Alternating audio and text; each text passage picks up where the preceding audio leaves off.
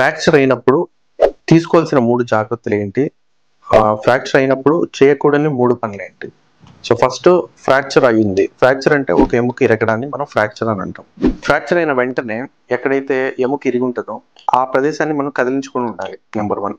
Number 2 ఏంటంటే మన చుట్టుపక్కల చూడాలి. ఏదైనా చెక్క స్కేల్ లాంటిది అలాంటిది లేకపోతే స్ట్రెయిట్ వస్తువు ఏమైనా ఉందంటే ఒక సపోర్ట్‌కి పెట్టేసి దాని చుట్టూతా మన గుడ్డ ఏమైనా ఉన్నా గాని సపోర్ట్‌గా చేయాలి. సో దట్ అది కదలకుండా అలాగే ఉంచుద్ది. దాంతో పాటు దగ్గరలో ఏమైనా ఐస్ ప్యాక్స్ లేకపోతే ఐస్ ఏమైనా దొరికినా గాని సో ఐస్ అప్లై చేయడం మంచిది. ఐస్ అనేది డైరెక్ట్‌గా పెట్టకుండా ఏదైతే గుడ్డు ఉంటదో ఆ గుడ్డులో అమర్చేసి దాని తర్వాత ఐస్ అని పూస్తే కొంచెం వాపు అనేది తగ్గుతది.